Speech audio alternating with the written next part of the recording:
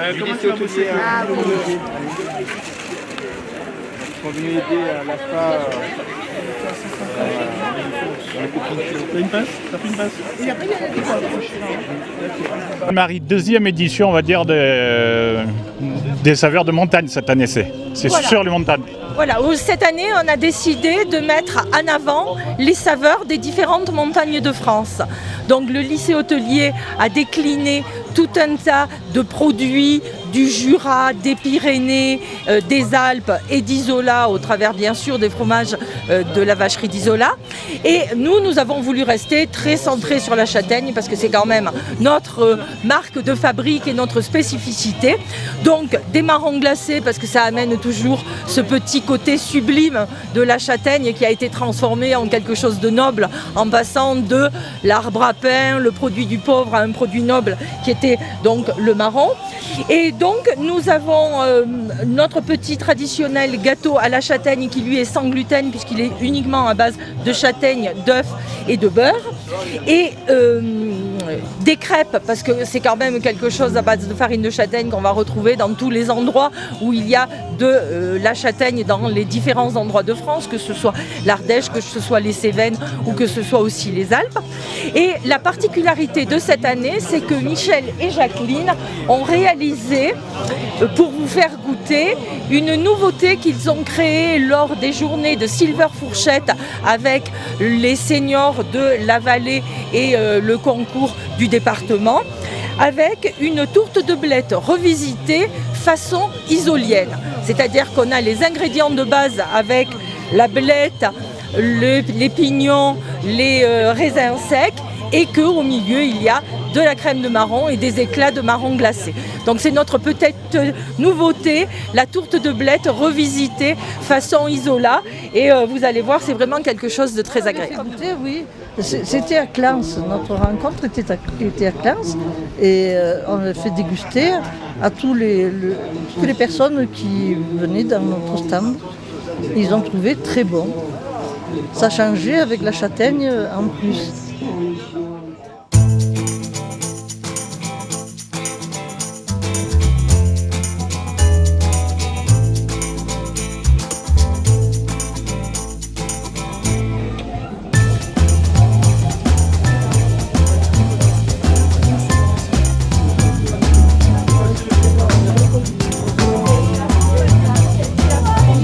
Professionnel du barbecue habituellement.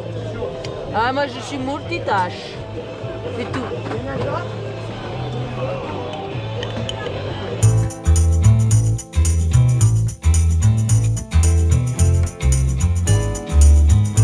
Nous quittons le côté sucré pour nous rendre du côté salé avec l'école du lycée Jeanne et Paul Augier.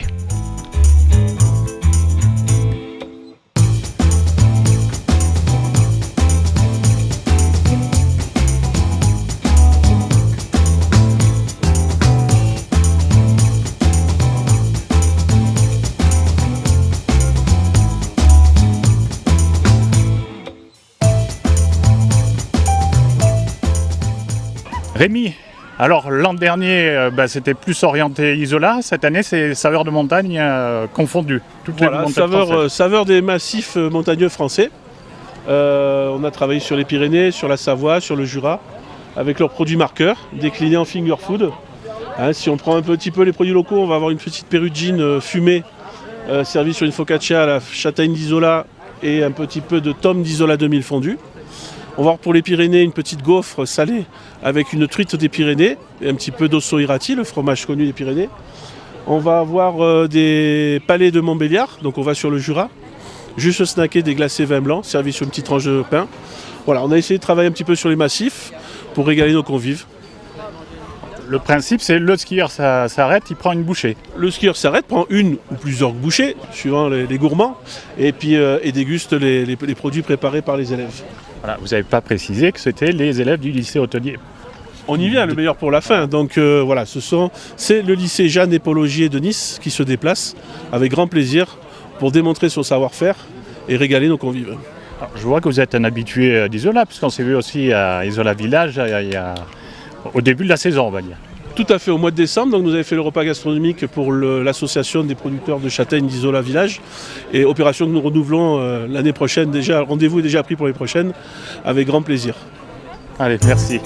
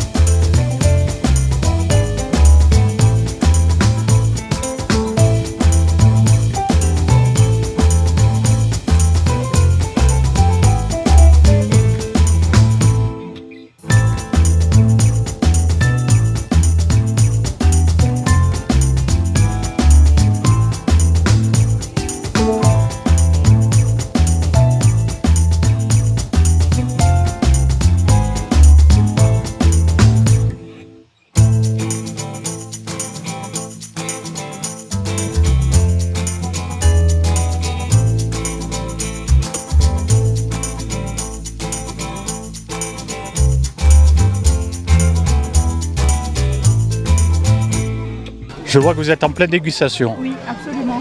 Alors, C'est excellent. plutôt sucré, plutôt salé? Les deux, j'ai commencé par le sucré, mais j'aurais dû prendre la file du bon côté, mais c'est pas grave, hein, on mélange, c'est tellement bon. La crème de marron est excellente. Le fromage, je sais pas ce que c'est dedans, je pensais que c'était de la mozza, mais... Ah, c'est de l'abondance. Il est fondant à souhait. Du fromage. De toute façon, cet établissement-là, on le connaît. Moi, j'y vais de temps en temps le midi déjeuner. C'est le lycée Paul Augier. Hein. voilà, il n'y a pas mieux dans la région que cet établissement, vraiment. Bon, En tout cas, c'est agréable. Oui, et c'est mon anniversaire aujourd'hui. Ah, ben, bon anniversaire. Donc ça tombait bien, voilà. Très bien. Non, je suis lilloise, mais on habite à Nice depuis 15 ans maintenant. Mais on vient du nord de la France, oui. Bon. Voilà. En tout cas, merci à tout le monde. Bonne dégustation. Merci.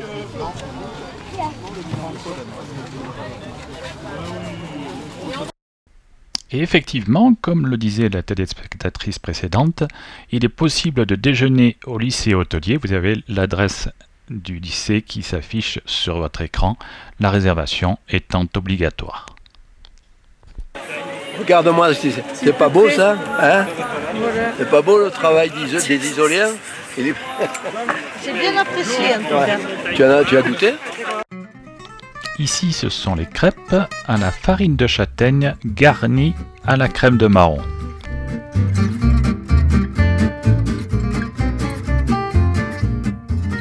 Je vois que vous mangez la tourte de blette isolienne. Qu'est-ce que vous en pensez? Elle est excellente. Et la niçoise classique, vous la connaissez? La sucrée comme ça? Oui. Oui, bien sûr. Et elle est très très bonne. Il y a beaucoup de pignons, elle est excellente. On se régale. Allez. Merci beaucoup. Bon appétit. Merci bien.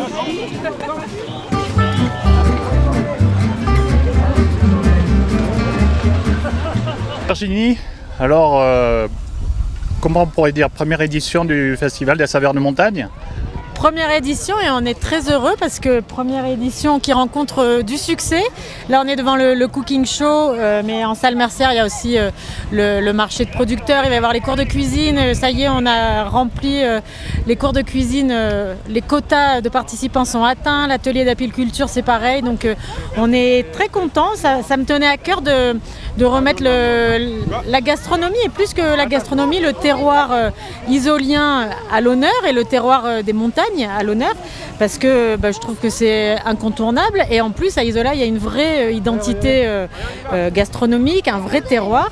Donc voilà, l'idée elle est partie de là, de recréer un rendez-vous terroir et gastronomie mais qui soit un peu différent et varié. Donc c'est pas simplement mettre des chefs à l'honneur, on met pas forcément de chefs à l'honneur d'ailleurs, c'est vraiment mettre des produits et des terroirs à l'honneur. Donc Avec l'AFA, on a la chance d'avoir la châtaigne, le bijou du terroir isolien qui est mis à l'honneur pour la partie sucrée de ce cooking show. Et avec le lycée hôtelier, l'idée est venue du lycée hôtelier de l'AFA. Chaque finger food met en avant une recette d'une montagne de France. Donc on reste vraiment dans cette idée de mettre en lumière les terroirs et voilà, et on a voulu l'agrémenter avec des cours de cuisine parce qu'on a la chance d'avoir des anciens au village qui sont là pour nous transmettre un patrimoine. Et cet après-midi, il va y avoir des enfants et des vacanciers qui vont apprendre à faire les raviolis d'Isola et c'est quand même bien de faire vivre et perdurer ces recettes-là. Pareil, demain, ça sera la même chose avec la soupe isolienne. Ça me semble intéressant de mettre en avant aussi le terroir qui se boit. Donc, on démarre doucement, mais on a la chance d'avoir 2 sommeliers ici sur la station, Vincent et Adeline, qui gèrent le restaurant Le Luna et qui étaient sommeliers aussi à l'Avalanche, qui travaillent beaucoup les vins d'altitude, qui passent leur vie à sillonner les massifs français à la découverte des vignerons qui travaillent de façon naturelle, dans le respect de la nature, donc qui nous proposent un stand de vins d'altitude. Et Vincent propose aussi des ateliers d'œnologie, parce que pendant ce week-end, eh bien, vous pouvez venir apprendre à goûter et à connaître le vin d'altitude, les vins d'altitude et aussi comment on le travaille. Et on a fait la même chose pour la bière. Alors il n'y a pas d'atelier découverte gustative, mais il y a deux brasseurs de la vallée de la Tinée et on espère l'année prochaine avoir d'autres brasseurs et d'autres producteurs de vin des montagnes de la région. Et voilà, et ce soir il y a un dîner gastronomique, il y a aussi un atelier d'apiculture. Enfin, on a vraiment voulu cet événement varié. Voilà, c'est pas juste des chefs qui sont à l'honneur, c'est vraiment des terroirs à travers les fruits de ce terroir qui vont donner des boissons ou des mets succulents et j'ai l'impression que les gens ont l'air d'être contents de ce qui est en train de se passer. En plus, on a la chance d'avoir du soleil et de la neige, donc cette première édition se passe plutôt très bien.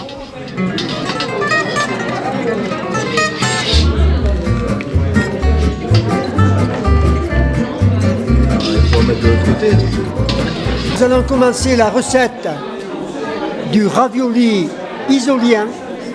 C'est une recette simple. Vous avez tout sur la table.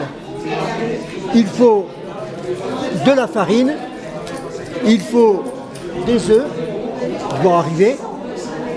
Pour faire la pâte, il faut un peu d'huile pour faire la pâte. Et la farce, elle se fait avec des choses simples, avec des pommes de terre que l'on transforme en purée et de l'oignon. Ça, c'est la farce. Après, bien sûr, avec les condiments, du sel, un peu de poivre. Le bon de notre recette de ravioli à l'isolienne, c'est la sauce qui amène un plus. C'est une sauce aux noix que l'on fait avec des noix râpées ou des noix broyées, merci, avec de la crème, avec du lait et avec du parmesan. Le parmesan, c'est dans la farce. Oui, mais j'en suis à la farce. Et le parmesan, c'est dans la farce avec des œufs. Alors, chaque groupe va d'abord faire la pâte. Vous avez la recette. Porte-pièce. Parce que quand on aura étalé notre farce avec la machine à pâte, on fait les rangs. Et une fois les rangs, on met au milieu une petite cuillère de farce. On humidifie les bords, on plie et on ferme un peu. Et après, on essaie de faire un chapeau de gendarme. Vous voyez, chapeau de gendarme comme ça. Là. Et puis voilà. Et ensuite, vous pourrez amener une petite ration de ces raviolis que vous aurez fabriqués. On démarre? Allez, on démarre. Pendant qu'une partie des équipes s'occupe d'éplucher les pommes de terre pour la farce, l'autre partie s'occupe de préparer la pâte qu'il faudra laisser reposer avant de passer au laminoir.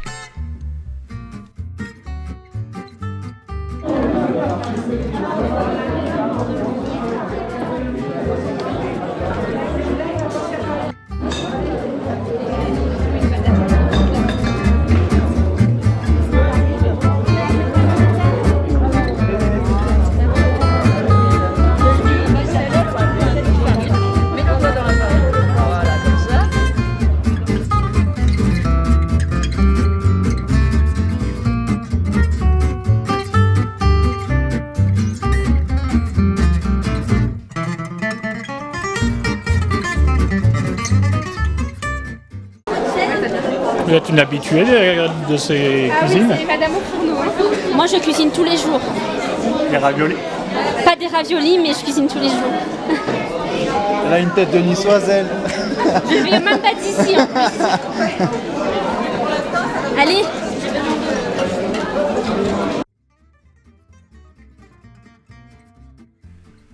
Ici, on confectionne la farce et c'est Michel qui distribue les oignons qui auront été au préalablement frits.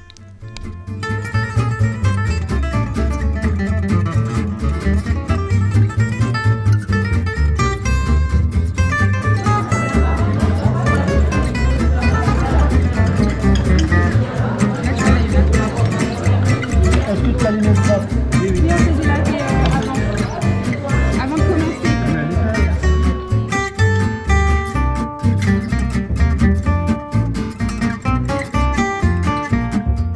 Plusieurs passages au laminoir seront nécessaires pour obtenir la pâte la plus fine possible.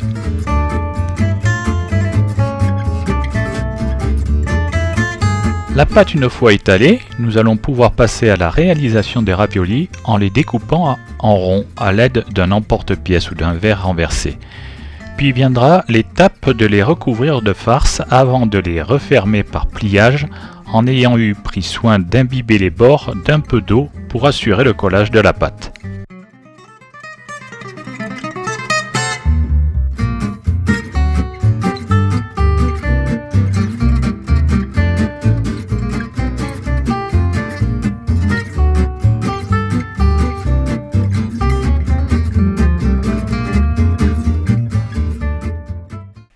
Et nous allons maintenant passer à la réalisation de la sauce aux noix. On fait chauffer le lait, ensuite on met les noix mixées, et après on rajoute la crème, mais en dernier, comme ça elle ne bout pas trop. Et ensuite on met du sel et du poivre, mais il faut qu'elle soit un petit peu épaisse pour pouvoir la mettre sur les noix et pouvoir apprécier plus la sauce. Le lendemain matin, c'est sur le front de neige que nous allons assister à la réalisation de la soupe isolienne. Soupe isolienne. La route à Isola est arrivée en 1883, je passerai sur les quelques années qui manquent. Et jusqu'alors, bien sûr que aller faire les courses pour acheter les parades, pour acheter des tas de choses, c'était difficile. Et les gens se sont orientés vers les produits qui poussaient à Isola, c'était la châtaigne. Et la châtaigne a été la nourriture pendant des décennies où de novembre à mars, même après, on en consommait 2, 3, 4 fois par semaine. C'est une soupe simple avec des pommes de terre, avec des châtaignes, avec des pâtes et du lait. Tout se produisait à Isola. Voilà. C'est un peu comme hier les raviolis, où la farce c'était des pommes de terre et de l'oignon. Aujourd'hui. Alors, comment se réalise cette soupe de châtaigne? On fait bouillir de l'eau, on fait d'abord cuire les châtaignes. Non, les pommes de terre. Les pommes de terre. Quand les pommes de terre sont cuites, on jette un peu de l'eau, ou la moitié d'eau, et on remplace l'eau par du lait, et c'est là où on rajoute les châtaignes.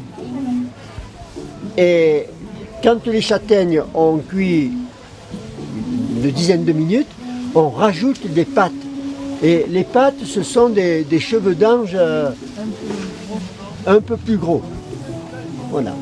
Et bien sûr avec du sel, avec un peu de poivre, et la soupe est finie. Voilà. À l'époque, les pâtes, ils les faisaient eux alors du coup. Les pâtes, est-ce qu'ils les faisaient eux? Si, quand même, il y avait des livraisons qui se faisaient, mais qui se faisaient à dos. Parce que la route est arrivée vers les années 1800 à Saint-Sauveur, et puis après, rejoindre Isola Saint-Sauveur, il fallait y aller par les cimes, par les chemins, par les sentiers. Voilà. Et les pâtes, sûrement, il en arrivait des quantités, quoi. Voilà. C'était une soupe qui était la base de l'alimentation. C'était la soupe qui était la base de l'alimentation. Et la châtaigne, bien sûr, il est arrivé un moment où les gens en avaient assez de manger des châtaignes. Et il y a quelqu'un qui a créé une nouvelle variété de châtaigne qu'il a appelée le marron. Alors, ils avaient tellement marre de manger des châtaignes qu'ils se sont mis au marron. En fait, c'est le même produit. C'est le même produit, je pense que vous connaissez la différence. La châtaigne, à l'intérieur, elle est divisée. Je pourrais vous montrer sur un livre là. Et, alors que le marron est entier. Il n'y a pas de peau intermédiaire dans le fruit. C'est ce qui permet de faire les marrons glacés. Voilà. Mais bien sûr que la châtaigne, c'est pommes de terre. On va les couper en morceaux. Un petit bout. Alors, couper un petit bout. Bon, mais les dames, hein, vous savez le faire.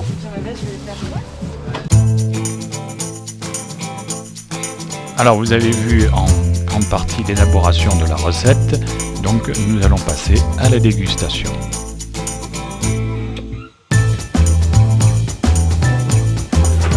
Et moi j'étais pas du sud, donc moi le soleil il me manquait pas. Oui, c'est ça. Ouais, il me manquait pas du tout et quand je suis arrivé ici. Il faut quand même concasser un peu.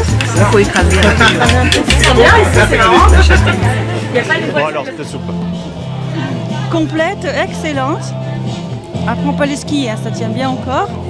C'est naturel, ouais. On sent que c'est des bons produits naturels, donc à refaire. Hein. Merci, excellente. Hein.